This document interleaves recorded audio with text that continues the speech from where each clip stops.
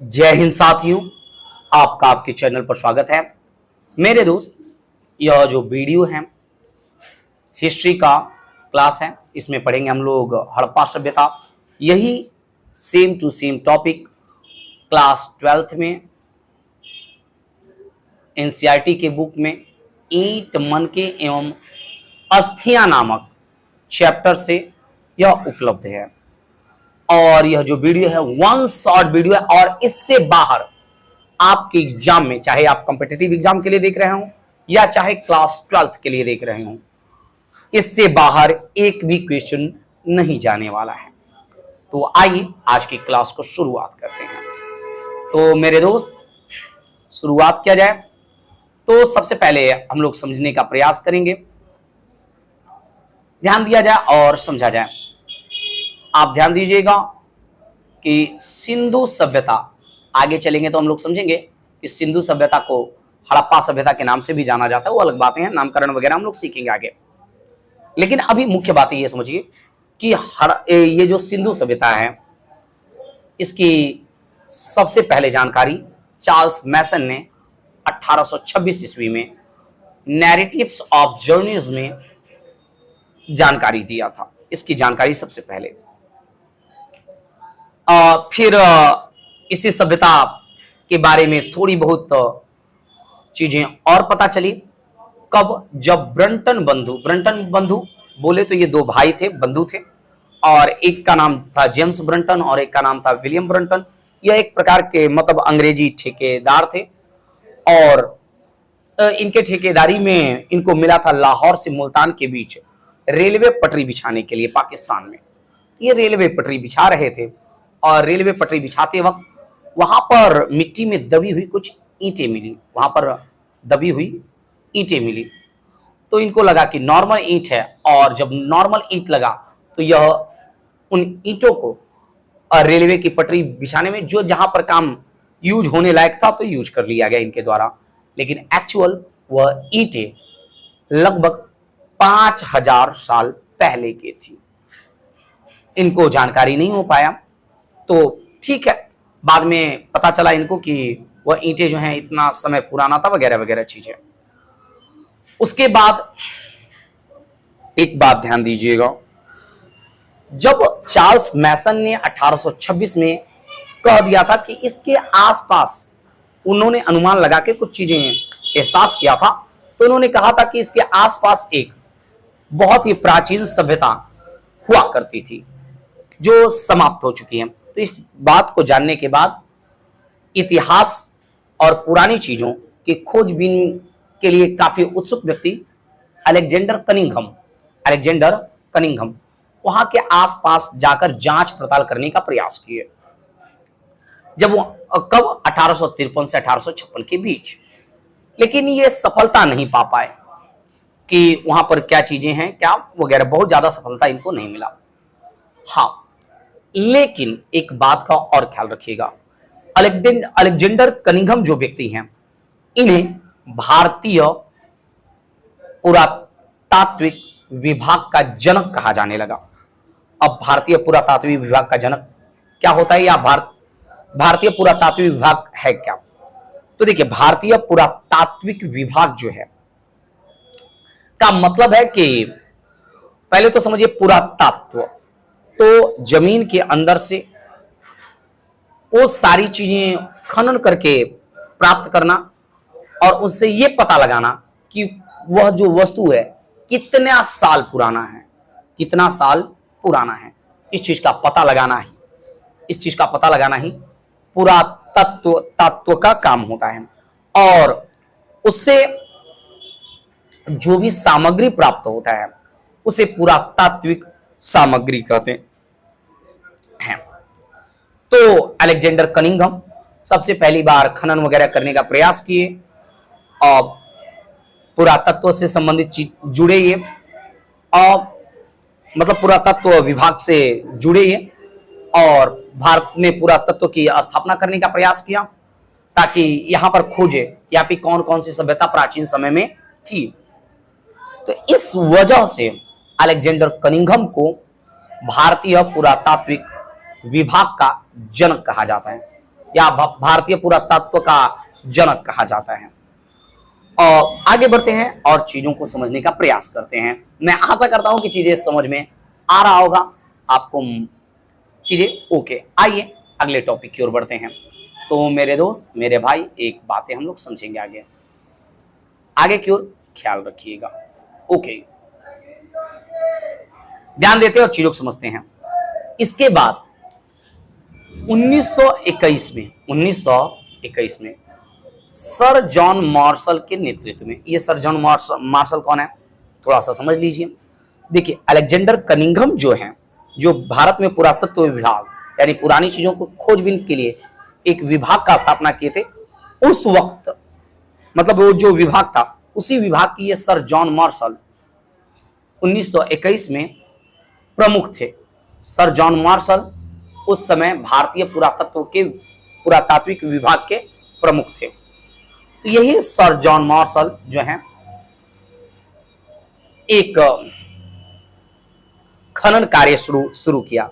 तो इनके नेतृत्व में दो व्यक्ति, एक व्यक्ति थे राय बहादुर दयाराम साहनी और एक थे राखलदास बनर्जी।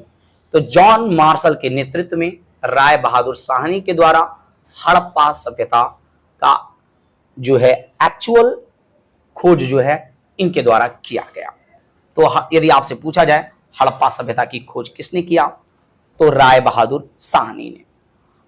याद रखिएगा, इनको शॉर्ट में आरडी साहनी के नाम से भी जाना जाता है, बुक्स वगैरह में याद रखिएगा।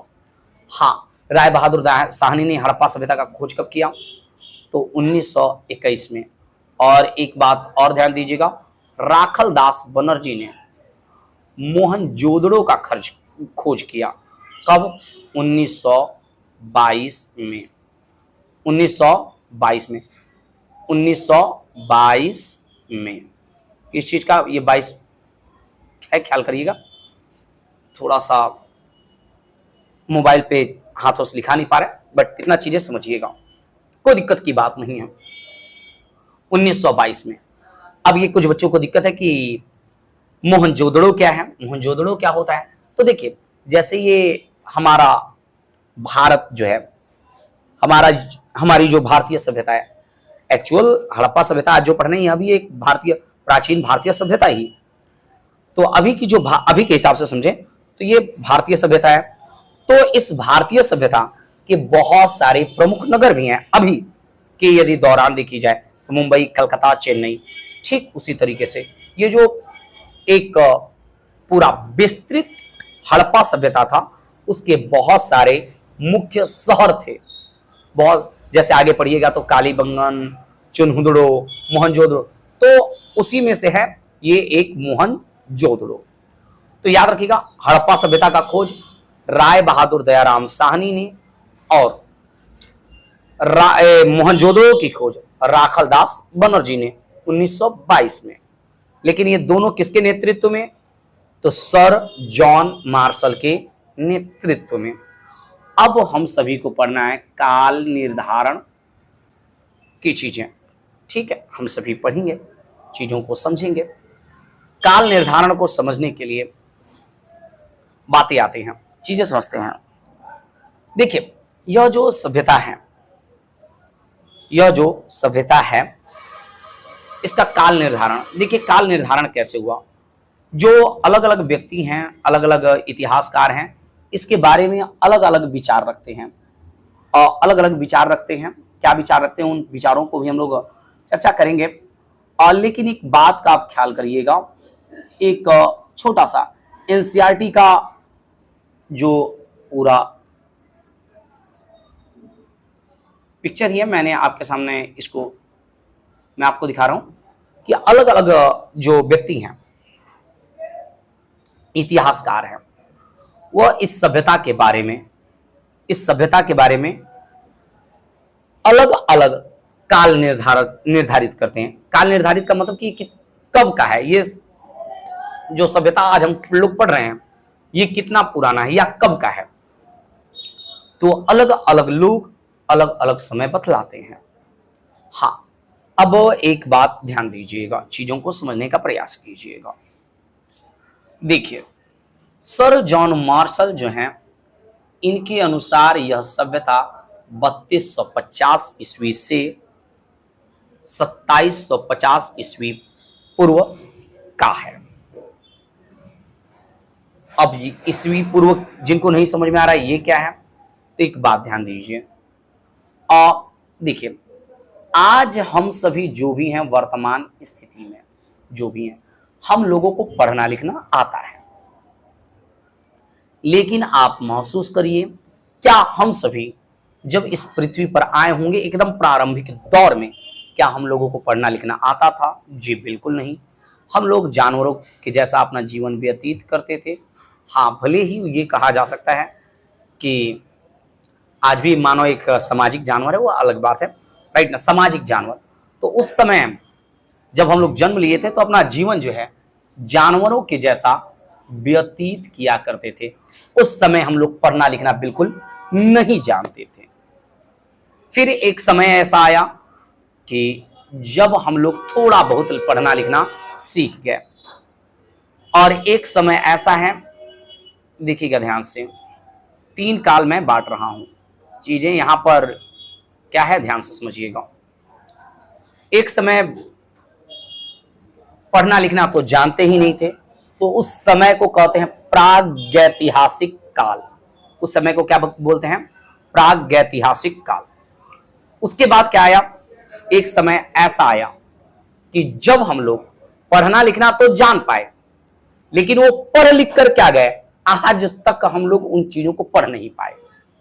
बहुत सारी चीजें शुरुआती दौर में पढ़ना लिखना तो जान गए थे, लेकिन क्या लिख के गए लोग, आज तक हम लोग पढ़ लिख नहीं पाए।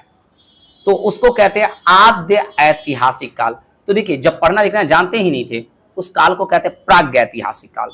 आज जब पढ़ना लिखना जान गए, लेकिन वो पढ़ लिख के क्या चले गए, वहां से वहां की चीजें मिली, तो ये तो पता चला कि ये बहुत पुराना है, राइट ना, ये पता चला कि बहुत पुराना है, लेकिन वो क्या पढ़ लिख कर गए, उनकी लिखावट में क्या मतलब है, तो ये आज तक जानकारी नहीं हो पाया। तो यह कहलाता है आद्य ऐतिहासिक काल। तो आप ध्यान दीजिए कि प्रागैतिहासिक काल की यदि बात करें तो इसमें लोग पढ़ना लिखना जानते ही नहीं थे। यह है आद्य ऐतिहासिक काल। इसमें लोग पढ़ना लिखना जानते तो थे, लेकिन उस समय पढ़ लिख कर क्या चले गए, और वहां की जो पत्थरों पर लिखी हुई चीजें प्राप्त हुई या अन्य जगह पर लिखी हुई चीजें प्राप्त हुई, वो क्या पढ़ लिख के गए पता ही नहीं चल पाया। उसे कहते हैं आद्य ऐतिहासिक काल। आज हम लोग जो सभ्यता पढ़ रहे हैं वह एक्चुअल आद्य ऐतिहासिक काल का ही है, वह एक्चुअल जो है आद्य ऐतिहासिक काल का ही है। उसके बाद जो घटनाएं पढ़ना लिखना जानते थे और वो लोग पढ़ लिख के क्या गए, उनका जो भी साक्ष्य है, लिखित साक्ष्य, उन लिखित साक्ष्य को हम लोग समझ पा रहे हैं, उसे कहते हैं ऐतिहासिक काल। तो एक बात ध्यान दीजिए, ये जो हड़प्पा सभ्यता है वह किस में आएगा? आद्य ऐतिहासिक काल में। इतनी बातें समझ गए, चलिए ठीक है। अब एक बात और ख्याल करिएगा, चलिए ये था आद्य ऐतिहासिक काल, ठीक है, मुझे आशा है कि आद्य ऐतिहासिक काल समझ में आ रहा होगा क्या है। ओके, आगे बढ़ते हैं। उसके बाद चीजें क्या हुआ कि तो धीरे धीरे हम लोग पढ़ना लिखना जाने होंगे, सीखे होंगे। तो देखिए, एक समय ऐसा आया है कि जब ईस्वी गिनना शुरू किए, हम लोग ईस्वी गिनना शुरू किए, उसके बाद की कहानी को ईस्वी कहते हैं। लेकिन ऐसा तो मतलब ये बिल्कुल नहीं है कि क्या आज जो हम 1 ईस्वी 2 ईस्वी करते करते आज 2025 ईस्वी में चले आए। मैं रिकॉर्ड कर रहा हूँ 2025 ईस्वी में, आप कब देख रहे हैं वीडियो को मुझे नहीं पता, लेकिन एक बात ध्यान दीजिए, ये 2025 ईस्वी चले आए, ये 2000 साल। क्या हमारा पृथ्वी, क्या मानव का अस्तित्व पृथ्वी पर 2025 साल से ही है? नहीं, इससे पहले भी हमारा इस अस्तित्व रहा होगा। तो इससे पहले हमारा जो अस्तित्व था उस समय को ही कहते हैं ईस्वी, ईसा पूर्व कहा जाता है। उस समय को ही क्या कहते हैं? ईसा पूर्व। तो देखिए, सर जॉन मार्शल के अनुसार और ये जो सिंधु सभ्यता है वह 3250 ईसा पूर्व से 2750 ईसा पूर्व, यानी क्या आज मतलब ये 2000 साल 2025 तो ये हो गया आगे, यहां से भी आपको 3250 साल पहले 3250 साल पहले 3250 साल पहले सिंधु सभ्यता का अस्तित्व था। यह बात सर जॉन मार्शल के द्वारा कही जा रही है। बात समझ में आ रहा है? मुझे इस बात का एहसास है कि आपको कुछ कुछ चीजें समझ में आ रहा हो। ठीक है, आगे बढ़ते हैं। ये रहा सर जॉन मार्शल के द्वारा इसी चीज के बारे में अलग अलग जो विद्वान हैं वह अपना मत रखते हैं। सबसे इंपॉर्टेंट है, आप याद रखिएगा, सर जॉन मार्शल का याद रखिएगा, और उसके अलावा जो आपको इंपॉर्टेंट है याद रखना चाहिए, कार्बन डेटिंग पद्धति, रेडियो कार्बन डेटिंग पद्धति। इसमें दिया है 2500 से 1750, लेकिन एक्चुअल जो है 2350 से 1750 ईसा पूर्व, 2350 ईसा पूर्व से सबसे ज्यादा मान्यता वैज्ञानिक पद्धति कहा जाता है ये रेडियो कार्बन पद्धति को। ये रेडियो कार्बन पद्धति किसी व्यक्ति के का विचार नहीं माना जाता, यह एक वैज्ञानिक पद्धति माना जाता है। यह जो है रेडियो कार्बन पद्धति, यह एक वैज्ञानिक पद्धति माना जाता है, इसलिए सर्वाधिक मान्य है, सर्वाधिक मान्य है। और इस पद्धति के अनुसार 2500 ईसा पूर्व से 1750, कहीं कहीं 2350 ईसा पूर्व से 1750 ईसा पूर्व मिलता है कि यह सिंधु सभ्यता का अस्तित्व था। इस हिसाब से यदि बात किया जाए, यदि इस हिसाब से बात किया जाए तो, यदि इस हिसाब से बात किया जाए तो यह जो सभ्यता है लगभग 5000 साल पहले का है। कैसे? समझिए, आज से 2025 साल लगभग हम लोग, और लगभग इससे 2500 ईसा पूर्व है, यानी 2500 साल पहले। तो ये मोटा मोटी लगभग 5000 साल पहले की घटना है। बात समझ में आ रहा है? तो सिंधु सभ्यता के बारे में आप क्या क्या समझे, तो मैं थोड़ा सा रिपीट कर दे रहा हूं। सिंधु सभ्यता की सबसे पहले जानकारी चार्ल्स मैसन ने दिया 1826 में नैरेटिव्स ऑफ जर्नी में, राइट ना। फिर उसके बाद हड़प्पा सभ्यता की खोज राय बहादुर दयाराम साहनी ने 1921 में जॉन मार्शल के नेतृत्व में। फिर उसके बाद बात किया जाए मोहनजोदड़ो, जो उसका एक शहर है, तो मोहनजोदड़ो की खोज राखलदास बनर्जी के द्वारा किया गया, ये भी सर जॉन मार्शल के नेतृत्व में किया गया था 1922 में। और इसका यह कब का है, तो यह आद्य ऐतिहासिक काल है। आद्य ऐतिहासिक काल का मतलब यह है कि उस समय के लोग पढ़ना लिखना जानते थे, लेकिन पढ़ लिख के क्या गए यह आज तक पता नहीं चल पाया है। उसके बाद इसका काल हम लोगों ने देखा, काल के बारे में हम लोगों ने देखा समझा कि यदि गौर किया जाए तो काल के बारे में सर जॉन मार्शल लगभग 3250 ईसा पूर्व से 2750 ईसा पूर्व बताते हैं, लेकिन कार्बन डेटिंग पद्धति लगभग जो है यह 2500 ईसा पूर्व से 1750 ईसा पूर्व के आसपास का बतलाता है। कार्बन डेटिंग पद्धति यह वैज्ञानिक पद्धति, यह सर्वाधिक मान्य है।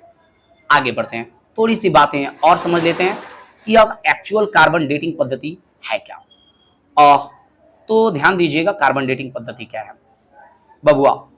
तो कार्बन डेटिंग पद्धति जो है यह तिथि, यह जो है कार्बन डेटिंग पद्धति है, यह तिथि निर्धारण की वैज्ञानिक पद्धति है। ये क्या है? तिथि निर्धारण की वैज्ञानिक पद्धति है। इसमें कार्बन 14 का प्रयोग किया जाता है, इस वजह से इसे कार्बन 14 विधि भी कहा जाता है। इस विधि की खोज अमेरिका के प्रसिद्ध रसायन शास्त्र B.F. लीवी द्वारा 1946 में किया गया था। आगे बढ़ते हैं,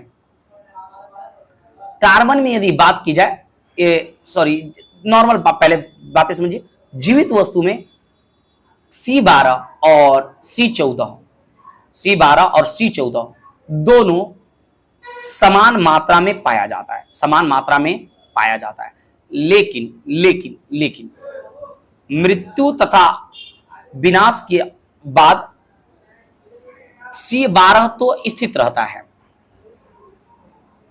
रहता है, लेकिन C14 निरंतर घटता रहता है, कम होता रहता है, और उसके बाद गणना कर लिया जाता है कि C14 कितना कम हुआ, और इस पद्धति के द्वारा, इस सिस्टम के द्वारा किसी भी चीज का पता लगाया जाता है कि कोई भी वस्तु कितना पुराना है।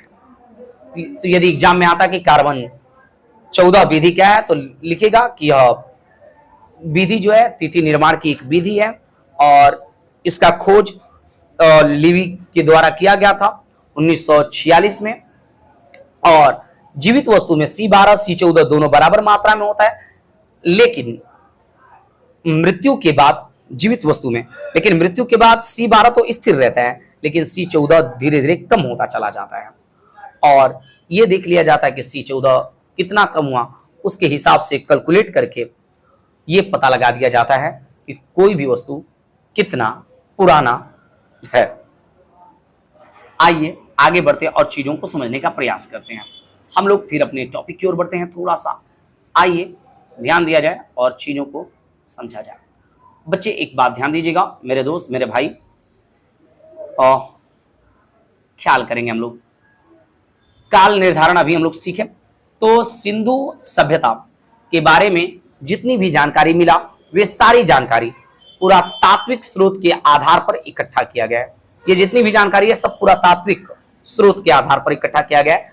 इस सभ्यता में कोई लिखित जानकारी उपलब्ध नहीं है, लिखित जानकारी उपलब्ध नहीं है, या है भी तो उसको पढ़ा नहीं जा चुका है, इसलिए इसको क्या बोला जाए,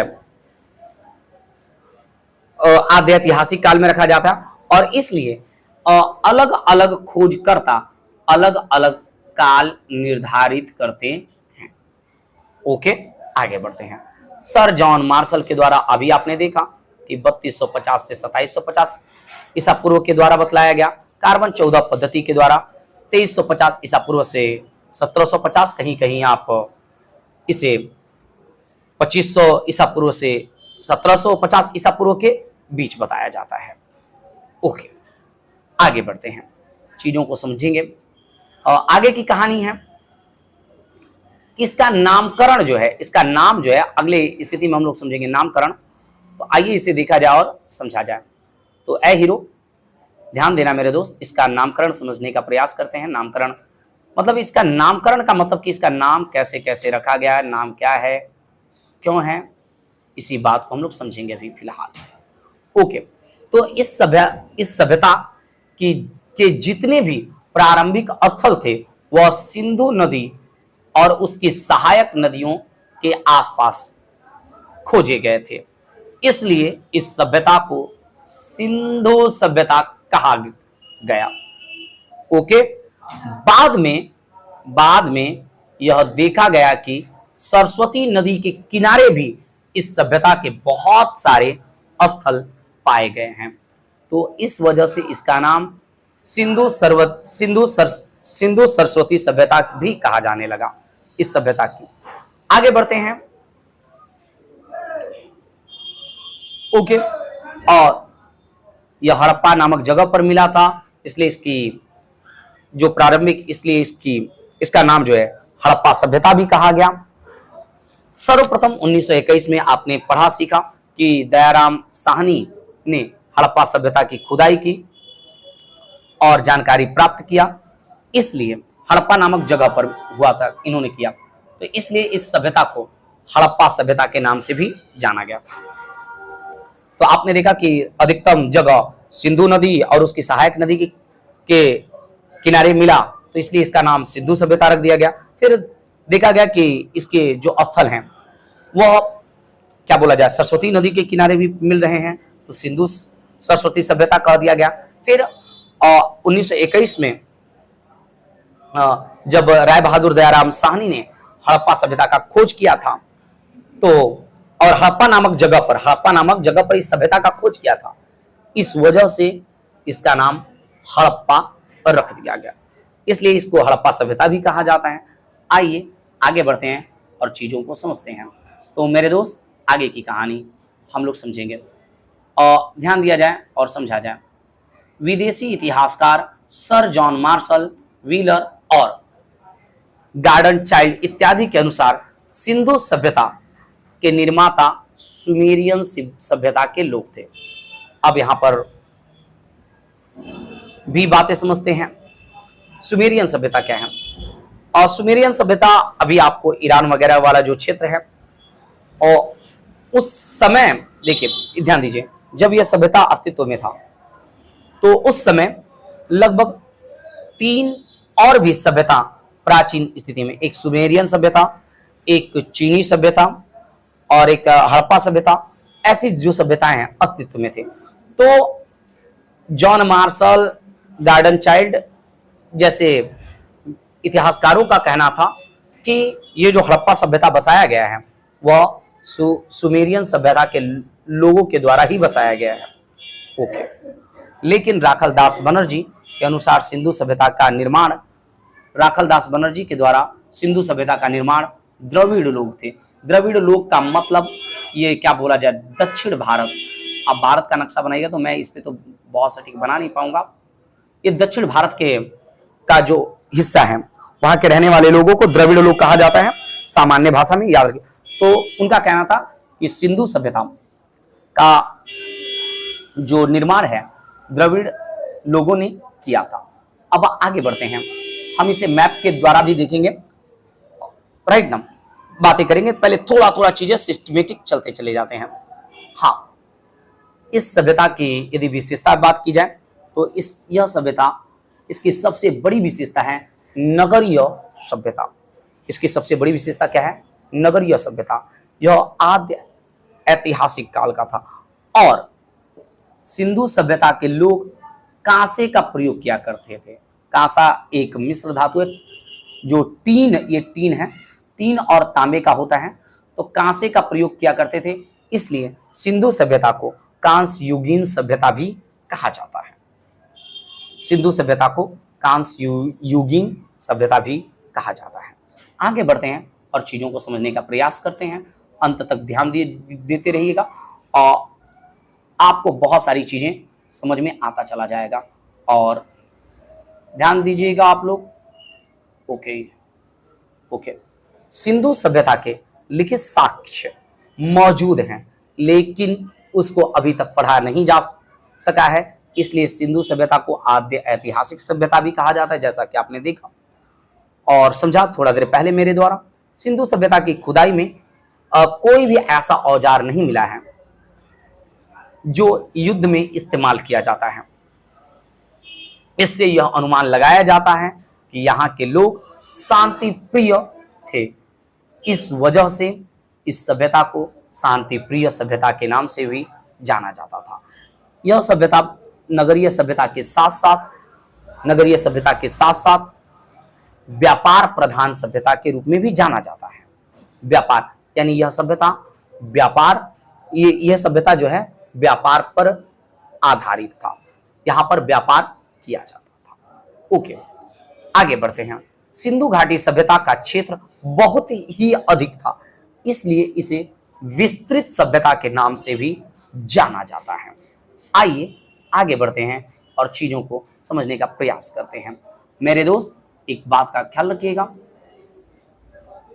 हाँ जी, क्या ख्याल रखना है?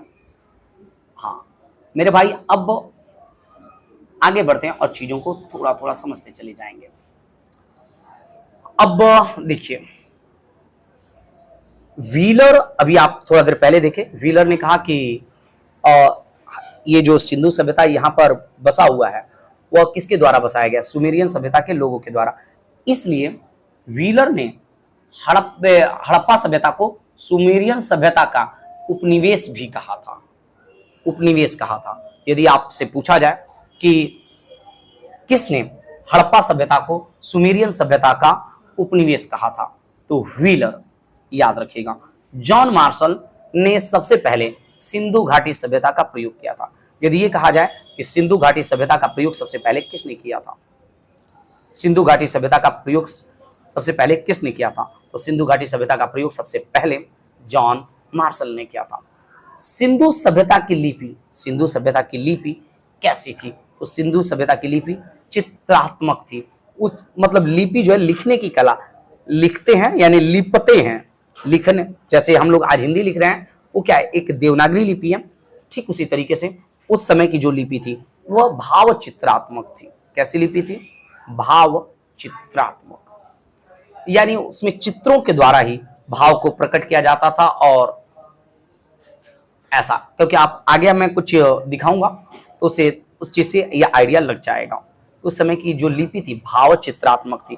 ये जो हम लोग हिंदी लिख रहे हैं, आपके सामने जो लिखावट दिख रहा है यह हिंदी है, यह देवनागरी लिपि में है। लेकिन उस समय की जो लिपि थी भाव चित्रात्मक, मतलब चित्रों के द्वारा भाव को प्रकट किया जाता था। इसी वजह से उस समय की लिखी हुई बातें आज तक जो है आसानी से पढ़ी जा नहीं पा रही हैं। ओके, आगे बढ़ते हैं। सिंधु सभ्यता की मुख्य फसलें गेहूं और जौ थी।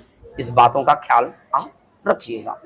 आइए आगे बढ़ते हैं और चीजों को समझते हैं।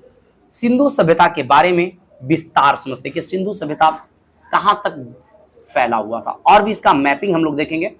और भारत के नक्शे और पाकिस्तान, या भारत और पाकिस्तान दोनों में यह सभ्यता है। ओके, अब एक बात ध्यान रखिएगा, सिंधु सभ्यता जो है, और गौर किया जाए तो ऊपर जो है देखा जाए तो जम्मू कश्मीर से लेकर, जम्मू कश्मीर में मांडा एक जगह है, मादा, या कुछ कुछ लोग इसे प्रोनाउंसिएशन करते हैं मांडा।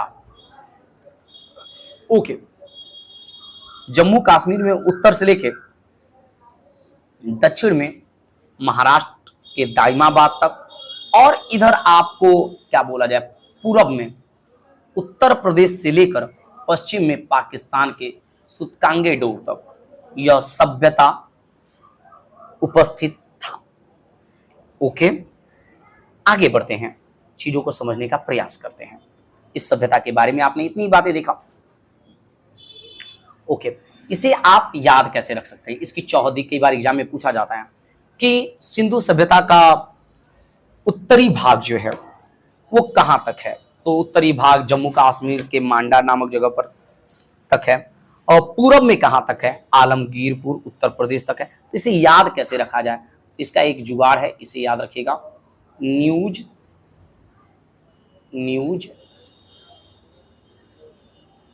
मां आसुदा, मां आ सु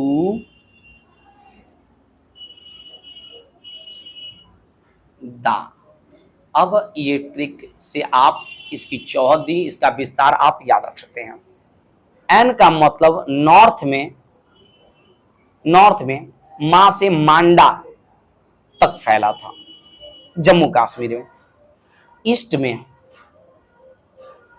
आलमगीरपुर उत्तर प्रदेश, और इसका विस्तार पश्चिम में सुतकांगे डोर पाकिस्तान में, और दक्षिण में दाइमाबाद महाराष्ट्र तक फैला हुआ है। अब आगे चीजों को समझते हैं, ध्यान देते हैं, और भी कुछ बातें ध्यान दिया जाए। एक बात और समझ लिया जाए यहीं पे थोड़ा सा। आइए ध्यान देते हैं और चीजों को समझने का प्रयास करते हैं। मैप को देख ही लिया जाए। मैप में ध्यान दीजिएगा आप कि ये जो सभ्यता है, देखिए वही चीज जो अभी आपने देखा उसी चीज को मैप में, ये देखिए भारत का नक्शा है, भारत और पाकिस्तान इंक्लूडेड है इस मैप में। तो यहाँ पर देखिए ऊपर मांडा जम्मू कश्मीर, यहाँ पर उत्तर प्रदेश आलमगीरपुर, और ये जो है दाइमाबाद महाराष्ट्र, और ये जो है सुतकांगे डोर पाकिस्तान। और यह सभ्यता लगभग सामान्यतः आप देख रहे हैं एक त्रिभुजाकार स्थिति में फैला हुआ है, ये त्रिभुजाकार आकृति में फैला हुआ है। तो इसलिए यदि आपसे एग्जाम में कभी भी पूछा जाए सिंधु सभ्यता अथवा हड़प्पा सभ्यता की आकृति क्या थी, सिंधु सभ्यता अथवा हड़प्पा सभ्यता की आकृति क्या थी, तो सिंधु सभ्यता अथवा हड़प्पा सभ्यता की आकृति त्रिभुजाकार थी। इस बात का ख्याल रखिएगा। आइए आगे बढ़ते हैं और चीजों को समझने का प्रयास करते हैं। मेरे दोस्त, आगे बढ़ा जाए और चीजों को समझा जाए कुछ बातें। तो अभी आपने देखा कि सिंधु सभ्यता का जो क्षेत्र है वो त्रिभुजाकार है, यह पाकिस्तान, भारत और अफगानिस्तान तक फैला हुआ है वर्तमान में। जहां तक उत्खनन से जो जगह प्राप्त हुए हैं सिंधु सभ्यता से संबंधित, इससे पता चलता है कि यह सामान्यतः अभी वर्तमान में पाकिस्तान, भारत और अफगानिस्तान वाले क्षेत्र तक यह सभ्यता फैला हुआ था। आगे बढ़ते हैं और चीजों को समझने का प्रयास करते हैं और ध्यान दिया जाए, समझते चलिए। इस सभ्यता के बहुत सारे शहर खोजे गए, वह जगह क्या है, इनका स्क्रीनशॉट वगैरह लेना चाहें तो आप ले सकते हैं। और देखिए, हड़प्पा सभ्यता की खोज जो है, हड़प्पा सभ्यता की खोज 1921 में और राय बहादुर दयाराम साहनी के द्वारा। किस नदी पर? नदी बहुत इंपॉर्टेंट है। हड़प्पा सभ्यता, देखिए पूरी सहायक नदी तो सिंधु सभ्यता थी, रावी भी आप देखिए तो सिंधु सभ्यता की सहायक नदी है, सिंधु नदी की ही सहायक नदी है रावी।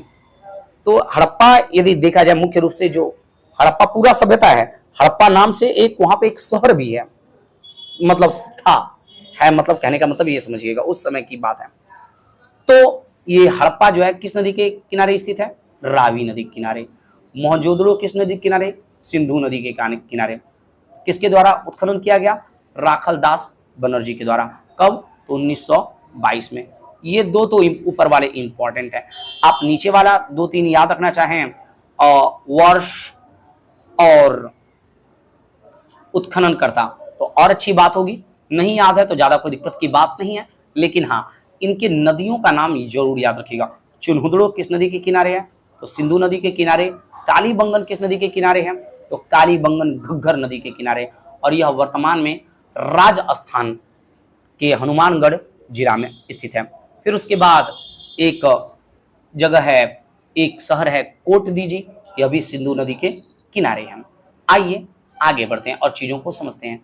और उसी तरीके से याद रखिएगा, रंगपुर जो है रंगनाथ राव के द्वारा खोजा गया है, और रोपड़ जो है यज्ञदत्त शर्मा के द्वारा। ये भी इंपॉर्टेंट है, ऊपर वाले ये दोनों जो हैं, ये दोनों रोपड़ और लोथल, यह भी याद रखिएगा, इंपॉर्टेंट है। भूल जाइए बाकी चीजें तो चलेगा, कोई दिक्कत नहीं है, लेकिन एक हड़प्पा सभ्यता किस नदी किनारे? रावी नदी किनारे। और उसके उत्खनन करता मोहनजोदड़ो और उनके उस उत्खनन करता, और वो किस नदी के किनारे है? सिंधु नदी के किनारे। रोपड़ किस नदी के किनारे है? रोपड़ सतलज नदी के किनारे है। और लोथल किस नदी के किनारे है? भोगवा नदी के किनारे है, गुजरात में। और एक क्वेश्चन आता है कि आजादी के बाद सबसे अधिक सिंधु सभ्यता के स्थल किस राज्य में खोजे गए? किस राज्य में खोजे गए? तो आजादी के बाद सबसे अधिक सिंधु सभ्यता से संबंधित जो जगह है वह गुजरात में खोजा गया था, भोगवा नदी के किनारे। समझ में आ ही रहा होगा, मुझे इस बात का एहसास है। ठीक है, पढ़ते रहिए, लगातार पढ़ना जरूरी है। हम लोगों को चाहे जो कोई भी हैं, हम हैं, आप हैं, हम सभी को अपने हिस्से की उजाले के लिए अपने अंधकार से लड़ना पड़ेगा, राइट ना? तो हर एक दिन आप अपना कुछ न कुछ टास्क फिक्स कीजिए और कम से कम उसे पूरा करने का प्रयास कीजिए, राइट ना? और आप महसूस करेंगे दिन पर दिन आपकी जिंदगी बेहतर होती जा रही है।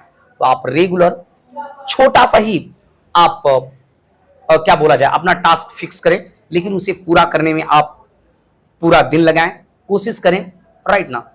और एक बहुत बड़ा सपने को पूरा करने के लिए छोटे छोटे स्टेप लेकर आप उसे पूरा कर सकते हैं। तो ठीक है, आइए आगे बढ़ते हैं और अपने हिस्से की लड़ाई के लिए अपने भविष्य को एक सुंदर और सुसज्जित, अपने भविष्य को सुंदर और सुसज्जित बनाने के लिए प्रयास शुरू करते हैं। देखते हैं, तो हड़प्पा सभ्यता फिलहाल जो है पाकिस्तान में है, इसकी आकृति। अब हम लोग क्या कर रहे हैं कि एक एक सभ्य, मतलब मैंने शुरुआत में बतलाया था कि ये जो हड़प्पा सभ्यता है इसके बहुत सारे प्रमुख नगर हैं, जैसे भारत में भी फिलहाल कलकत्ता, मुंबई, चेन्नई वगैरह वगैरह चीजें, ठीक उसी तरीके से अब बहुत सारे नगर हैं। आपने ऊपर देखा हड़प्पा, लोथल, मोहनजोदड़ो, ठीक उसी तरीके से अब एक एक चीजों के बारे में हम लोग पढ़ना शुरू कर रहे हैं। ध्यान दीजिएगा और सीखिएगा। तो हड़प्पा सभ्यता का विस्तार त्रिभुजाकार है और इस सभ्यता का नगर नियोजन जो है आयताकार रूप में किया जाता था। नगर नियोजन की बात की जाए तो जो नगर बनता था, शहर बनता था, वो आयताकार रूप में बनता था। पूरी से हड़प्पा सभ्यता तो त्रिभुजाकार रूप में है, लेकिन नगर नियोजन किया जाता था तो आयताकार। वहां पे जो सड़कें थी वह एक दूसरे को समकोण पर काटती थी। अब ऐसा करने से क्या फायदा है? ऐसा करने से यह फायदा है कि यदि किसी भी एक दिशा से हवा चले तो वह हवा चारों दिशाओं में फैल जाए और सड़क पर जो गंदगी है वह साफ सुथरा हो जाए। तो यदि आप एग्जाम में पूछा जाए कि हड़प्पा सभ्यता की सड़कें कैसी थी, तो हड़प्पा सभ्यता की सड़कें पक्की हुआ करती थी। पक्की का मतलब ईंटों से बनी हुआ करती थी। ये अभी जैसा दिख रहा है सीमेंट, अलकतरा वगैरह हम लोग बोलते हैं, कोलतार वगैरह, ऐसा नहीं। उस समय ईंटों से बनी हुआ करती थी और लेकिन हाँ, सड़कें उस वक्त एक दूसरे को समकोण पर काटा करती थी और वह नगर नियोजन जो हुआ करता था वह आयताकार रूप में हुआ करता था। आगे बढ़ते हैं। हाँ, आगे पूरे हड़प्पा सभ्यता, एक चीज मैं बताना भूल गया, पूरे हड़प्पा सभ्यता का यदि क्षेत्रफल पूछ दिया जाए तो इसे लिख लीजिएगा। मैंने लिखा है कि नहीं है, ये अचानक याद आ रहा है तो मैं बता दे रहा हूं। हड़प्पा सभ्यता का जो कुल क्षेत्रफल है 12,99,600 वर्ग किलोमीटर, 12,99,600 वर्ग किलोमीटर। अभी बात किया जाए हमारे भारत का क्षेत्रफल तो 32,87,263 वर्ग किलोमीटर है, लेकिन हड़प्पा सभ्यता का क्षेत्रफल कितना था? 12,99,600 वर्ग किलोमीटर। सामान्यतः यदि देखा जाए तो लगभग 13 लाख किलोमीटर के आसपास हड़प्पा सभ्यता का क्षेत्रफल था। आगे बढ़ते हैं और चीजों को समझने का प्रयास करते हैं मेरे दोस्त, मेरे भाई। तो ये स्वास्तिक चिन्ह जो है, स्वास्तिक का चिन्ह जो है हड़प्पा सभ्यता में पाया गया है। ऐसा माना जाता है कि स्वास्तिक का चिन्ह हड़प्पा सभ्यता की देन है। आप ऐसे चिन्ह देखे होंगे और शायद मैं पूरा सटीक बना पाया या नहीं मुझे, लेकिन लगभग कुछ ऐसा है। यदि गलत होगा तो मुझे माफ करिएगा, ठीक है? ओके, आगे बढ़ते हैं। तो स्वास्तिक का चिन्ह जो है कहां से प्राप्त हुआ है?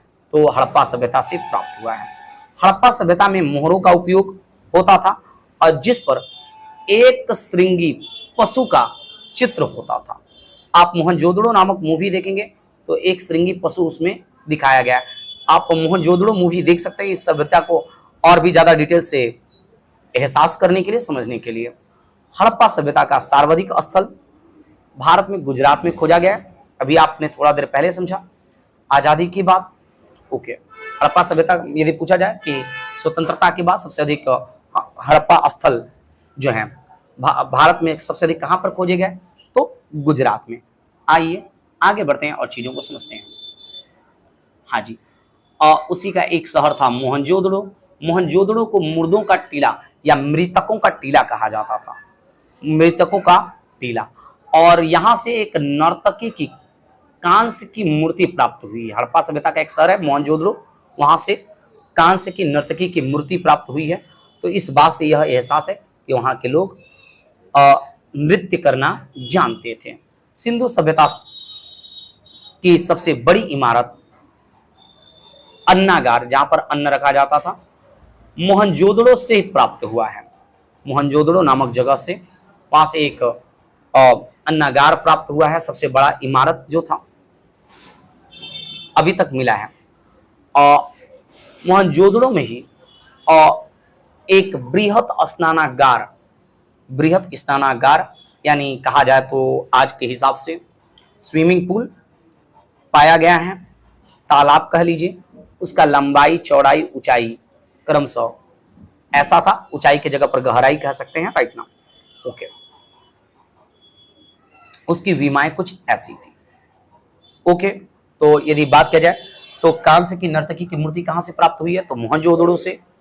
और क्या बोला जाए, इतनी बातें तो याद ही रखिएगा। अन्नागार कहां से प्राप्त हुआ है, तो मोहनजोदड़ो से ही। और इसके अलावा स्नानागार भी आपको कहां से प्राप्त हुआ है, तो मोहनजोदड़ो से ही। मोहनजोदड़ो से प्राप्त एक सील प्राप्त हुआ है जिस पर 3 मुख वाले देवता की मूर्ति है, और उस मूर्ति पर भैंस, गेंडा, चीता और हाथी विराजमान थे। इस बात को ख्याल रखिएगा। और क्या बोला जाए, सील पर जो 3 मुख वाले देवता पशुपति देवता का है, तो उनके आसपास कौन कौन से जानवरों का चित्र जो है विराजमान है, याद रखिएगा, भैंसा, गेंडा, चीता और हाथी। आगे बढ़ते हैं, देखा जाए और समझा जाए। मोहनजोदड़ो नामक नगर जो है पाकिस्तान के सिंध प्रांत के लरकाना जिला में स्थित है, सिंधु नदी के किनारे, और 5 वर्ग किलोमीटर के क्षेत्र में फैला हुआ है। 5 वर्ग किलोमीटर के क्षेत्र में फैला हुआ है। वर्ग किलोमीटर, इसमें टाइपिंग मिस्टेक है, लेकिन ख्याल करिएगा, क्षेत्रफल वर्ग किलोमीटर में ही होता है।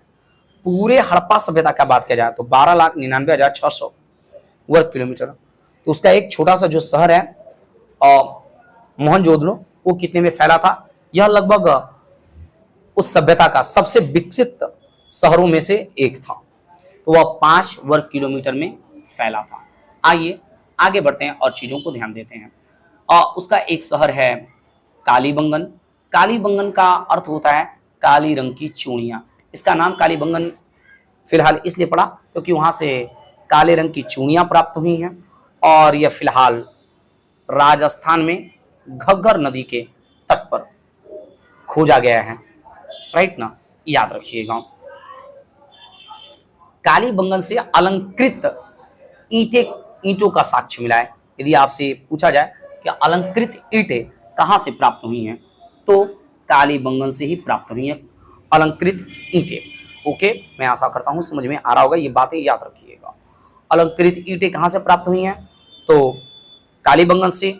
कांस्य की मूर्ति नर्तकी की कहां से मिली है, तो मोहनजोदड़ो से। स्नानागार कहां था, तो मोहनजोदड़ो में। अन्नागार कहां मिला, बृहत अन्नागार, तो मोहनजोदड़ो में। लेकिन बात किया जाए अलंकृत ईंटें, तो कहां पर, याद रखिएगा, कालीबंगन में। ये किस नदी के किनारे हैं, तो घग्गर नदी के किनारे। यहां से एक अग्निकुंड का भी अवशेष मिला है। सर्वप्रथम कपास की खेती का प्रमाण कालीबंगन से ही प्राप्त होता है। सर्वप्रथम कपास की खेती का प्रमाण जो है कालीबंगन से ही प्राप्त होता है। ये बातें याद रखिएगा। ओके, यहां से मिट्टी की मोहरें और मृद भांड का भी साक्ष्य मिला है। याद रखिएगा, मिट्टी के मोहर यहीं से मिले हैं। ये मिट्टी के मोहर आप देखना चाहेंगे तो ये मिट्टी के मोहर ध्यान दीजिएगा, ऐसे हैं, मैं आपको दिखला रहा हूं। मिट्टी के मोहर, ये कुछ मिट्टी के मोहर उस समय प्राप्त हुए हैं, उस समय के प्राप्त हुए, याद रखिएगा। आगे बढ़ते हैं, मुझे एहसास है कि समझ में आ रहा होगा। आगे बढ़ते हैं, देखा जाए और समझा जाए। मेरे भाई, मेरे दोस्त, यहां से मिट्टी का मृद भांड वगैरह तो मिला ही है, ठीक है। कालीबंगन से ही कुत्ते के पालतू होने का साक्ष्य भी मिला है कि कुत्ता को एक पालतू पशु के रूप में माना जाता था। अब ये कैसे पता चला, तो जब एक खनन किया जा रहा था तो उस समय वहां पर एक 100 के साथ कुत्ते का 100 भी दफनाया हुआ मिला है। इस चीज से अनुमान लगाया जा रहा है कि उस समय जब, मतलब क्या बोला जाए, व्यक्ति के साथ साथ कुत्ते का भी 100, अर्थात इसका मतलब कि कुत्ता उस समय पालतू हुआ करता था। ओके, तो कालीबंगन से ही एक क्या बोला जाए, पालतू कुत्ते के पालतू होने का साक्ष्य प्राप्त होता है। कालीबंगन से आपको यहीं से घोड़े का अस्थि पंजर भी मिलता है। घोड़े का अस्थि पंजर ऐसे 3 जगह से प्राप्त होता है, कालीबंगन, लोथल और सुतकोतड़ा से। याद रखिएगा, कालीबंगन सिंधु सभ्यता का ऐसा स्थल था जिसका निचला शहर भी किले से घिरा था। यानी सिंधु सभ्यता, देखिए अब यहाँ पे समझाने का मेरा मतलब क्या है। सिंधु सभ्यता में 2 तरीके के लोग रहा करते थे। एक ऊंचा शहर ऊंची जगह पे हुआ करता था, और एक निचला शहर। ऊंचे शहर पर उस समय के राजा वगैरह रहा करते होंगे, ऐसा अनुमान लगाया जाता है, क्योंकि वह किले वगैरह से बंदी था। हर जगह पर हड़प्पा सभ्यता के जितने भी शहर मिले, हड़प्पा सभ्यता के जितने भी शहर मिले, उनमें पाया गया कि उचला शहर जो है किले से घेरेबंदी थे, ताकि बहुत ज्यादा क्या बोला जाए सुरक्षा मिल पाए, और बाकी जो निचला शहर था उसमें ज्यादा नहीं। लेकिन क्या बोला जाए, कालीबंगन एक ऐसा मात्र था शहर जहां पर ऊपर वाला भी किलेबंदी किया गया था, और नीचे वाला शहर भी क्या था, किलेबंदी किया गया था। हड़प्पा से ही समकोण दिशा में जूते हुए खेत का साक्ष्य मिला है, इस बात का ख्याल रखिएगा। आइए आगे बढ़ते हैं। अगला इंपॉर्टेंट फैक्ट्स कुछ ख्याल रखिएगा। 2 ऐसे नाम है, कालीबंगन और लोथल। कालीबंगन और लोथल से अग्नि कुंड का साक्ष्य मिलता है। कालीबंगन और लोथल से किसका, अग्नि कुंड का साक्ष्य मिलता है। और लोथल एवं रंगपुर से धान की खेती का साक्ष्य मिलता है। और सिंधु सभ्यता के लोग जो हैं मिठास के लिए शहद का उपयोग किया करते थे, इस बात का आप ख्याल रखिएगा। और अन्य इंपॉर्टेंट बातों में से एक बात यह है कि एक इतिहासकार थे, एक विद्वान थे, पिग्गट। उन्होंने हड़प्पा एवं मोहनजोदड़ो, हड़प्पा और मोहनजोदड़ो, हड़प्पा और मोहनजोदड़ो को एक विस्तृत साम्राज्य का जुड़वा राजधानी बतलाया था। पिग्गट महोदय हड़प्पा और मोहनजोदड़ो को एक विस्तृत साम्राज्य का जुड़वा राजधानी बताया था। आगे बढ़ते हैं और चीजों को समझने का प्रयास करते हैं। लगभग इंपॉर्टेंट फैक्ट्स आपके सामने। सिंधु सभ्यता के लोग धरती को उर्वरा की देवी के रूप में पूजा करते थे, याद रखिएगा। और सिंधु सभ्यता के लोग जो हैं मातृ देवी की उपासना सर्वाधिक किया करते थे।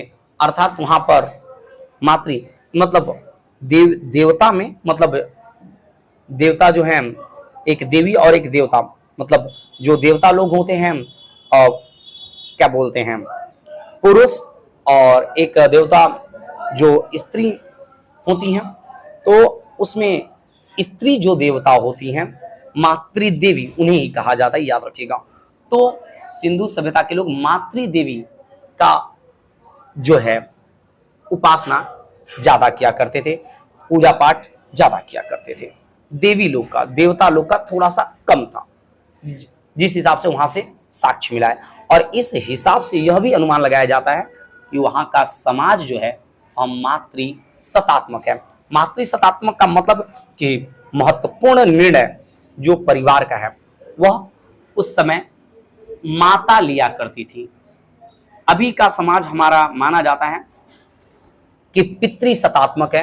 आज हमारे यहाँ इंपॉर्टेंट जितने भी निर्णय हैं वह पिता लेते हैं, लेकिन उस समय जो है वह माता लिया करती थी, तो इसलिए वह समाज जो है मातृ सत्तात्मक कहलाया करता था। इस जगह पर ध्यान दीजिएगा, और वेश्यावृत्ति और पर्दा प्रथा प्रचलित था, इसका भी साक्ष्य प्राप्त है। आग में पकी हुई मिट्टियों को टेराकोटा कहा जाता है, याद रखेगा। तो टेराकोटा के साक्ष्य भी मिले हैं, तो मतलब आग में पके हुए बर्तन भी यहां से प्राप्त हुए हैं। आगे बढ़ा जाए और चीजों को समझा जाए। ध्यान देते हैं मेरे दोस्त, मेरे भाई। तो सिंधु सभ्यता के जो लोग हैं और जलाने, और सिंधु सभ्यता के लोग जो हैं शवों को जलाते भी थे और दफनाते भी थे, इसका भी साक्ष्य प्राप्त हुआ है। यदि इसके बारे में और डिटेल से समझना चाहेंगे तो थोड़ी सी बातें हम लोग और समझ लेते हैं। यहाँ से जो दाह संस्कार की प्रथा, अंतिम संस्कार, वह 3 प्रकार के थे राइट नाउ। तो यहाँ पर बात किया जाए अंतिम संस्कार की, तो यहाँ पे 3 प्रथाएं मिलती हैं। उसके वो कौन कौन? तो एक है क्या बोला जाए शवों को जलाना, और जलने के बाद जो भस्म अवशेष बच जाता था, राख बच जाता था, उसे दफना देना एक पात्र में रखकर। जैसा कि सामान्यतः आज के समय होता, बस उस मिट्टी को गंगा जी वगैरह नदियों में, जो पवित्र नदियां होती हैं, उसमें प्रवाह कर दिया जाता है। तो दाह संस्कार भी उस समय पाया जाता था राइट ना, और इसका साक्ष्य भी प्राप्त है। वहां पर पूर्ण समाधि का भी साक्ष्य मिला। वहां से पूर्ण समाधि का मतलब कि जैसे क्या बोला जाए, इस्लाम धर्म में शव को दफना दिया जाता है जमीन में, वैसा उसे कहते हैं पूर्ण समाधि। तो इसका भी साक्ष्य वहां से मिला है। और यहां से आंशिक समाधि का भी साक्ष्य प्राप्त होता है। आंशिक समाधि बोला जाए तो शव को पहले, जो शव है उसको पहले एक जगह पर टांग दिया जाता था, पशु पक्षियों को खिलाया जाता था, और उसके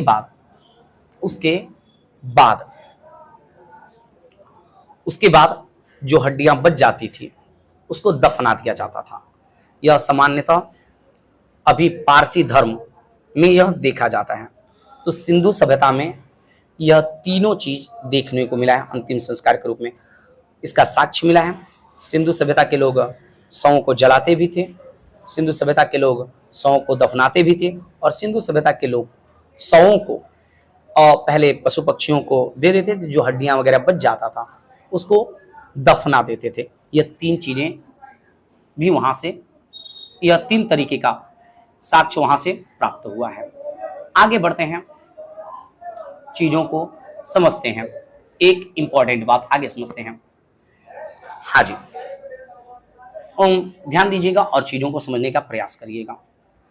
और एक छोटी सी बात कि पुरातात्विक खनन या उत्खनन क्या होता है। तो एक बात समझिएगा, किसी भी स्थल पर पुरातत्वविद पहले लंबवत उत्खनन करते हैं, सीधा खनन करते हैं, और प्राचीनता का पता लगाते हैं। मतलब कि वो कितना पुराना है इस चीज का पता लगाते हैं। जहां पर भी उनको एहसास होगा कि यहाँ पर प्राचीन समय में कुछ हुआ करता था, तो वहां पर पहले लंबवत खनन, पूरा मतलब विस्तार से मतलब खनन नहीं कर दिया जाता था, पहले उस वहां पे लंबवत यानी सीधा खनन किया जाता था। लंबवत खनन के बाद यदि वहां से कुछ चीजें प्राप्त होता था और ये पता चलता था कि ये चीजें कितना पुराना है, तब वहां पर आगे खुदाई किया जाता था। और इसे काल निर्णय की स्तरीकरण सिद्धांत कहा जाता था। ये जो पद्धति है, यह जो तरीका है, इसे क्या कहा जाता है? काल स्तरीकरण का, या काल निर्धारित, या काल निर्धारण, या काल निर्णय का स्तरीकरण का सिद्धांत कहा जाता था। देखिए, यह सिद्धांत एक जरूरी सिद्धांत भी था, क्योंकि एक सोच के देखिए, हम लोग यदि कुछ चीजों का खनन कर रहे हैं और बहुत ज्यादा जगह पर खन दिया गया, तो बताइए, और वहां पे कुछ न प्राप्त हुआ, तो मेहनत बहुत ज्यादा बर्बाद होगा। इसलिए पहले क्या किया जाता है? लंबवत खना जाता है और देखा जाता है कि वहां से कितनी चीजें पहली या कितनी पुरानी चीजें प्राप्त हुई हैं। हाँ, खना गया, यदि 2, 4 साल, 5 साल पहले का प्राप्त मिला, तो वहां पर जांच पड़ताल करने की कोई आवश्यकता है नहीं। तो पहले लंबवत किया जाता था, और फिर बाद में यदि लगता था कि यहाँ पर कुछ इंपॉर्टेंट चीजें, कुछ प्राचीन चीजें दबा हुआ है, तो उसमें विस्तार से खनन किया जाता था। इस तरीके को ही, इस सिद्धांत को ही काल निर्णय में अस्तरीकरण का सिद्धांत कहा जाता है। इस बात का ख्याल रखिएगा। आइए आगे बढ़ते हैं और चीजों को समझते हैं। हाँ, आपने तो ये लाइन तो देख ही लिया, पिगट महोदय ने मोहनजोदड़ो और हड़प्पा को और विस्तृत साम्राज्य का जुड़वा राजधानी बतलाया था। ठीक है, एक चीज ख्याल करिएगा, हड़प्पा और मोहनजोदड़ो के बीच 670 किलोमीटर की दूरी है। कितने किलोमीटर की दूरी है? 670 किलोमीटर की दूरी है। आइए आगे बढ़ते हैं और चीजों को समझते हैं। मेरे भाई, अगला इंपॉर्टेंट फैक्ट है हम सभी के पास, ये वहां से क्या बोला जाए, एक चक्की प्राप्त हुआ है, जिससे अनुमान लगाया जाता है इस पे कुछ वहां के समय लोग खाना वगैरह पकाने के लिए इसका उपयोग किया करते रहे होंगे। मतलब खाना वगैरह पकाने में कह रहा हूँ, सॉरी मुझे क्षमा करिएगा, कहने का मतलब है क्या बोलते हैं, मतलब चक्की आज भी गांव देहातों में कहीं कहीं मिल सकता है। और सील टाइप की बातें कही ना, इस पे गेहूं वगैरह पीसकर आटा बनाने का एक ये था। औतल चक्की मैं के द्वारा प्राप्त किया गया है। और भी कुछ बातें देखिएगा, वहां से मोहरे प्राप्त हुई हैं, जिसे आपने देखा, मोहरे कुछ ऐसा हुआ करती थी।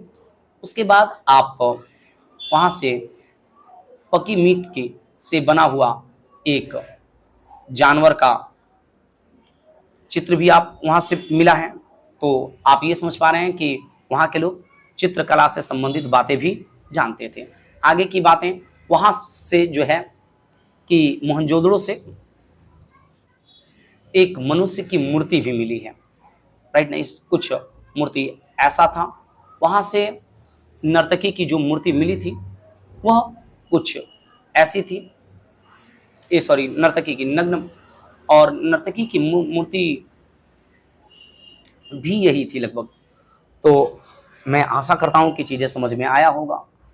तो मेरे दोस्त एक बात बताइएगा, अगला क्लास जो है आपको किस चैप्टर का चाहिए और मुझे आगे की वीडियो में क्या सुधार करना चाहिए।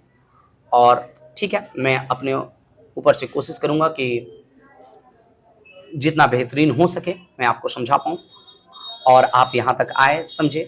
आपका बहुत बहुत धन्यवाद। जय हिंद, जय भारत। फिर मिलते हैं अगली वीडियो में। धन्यवाद।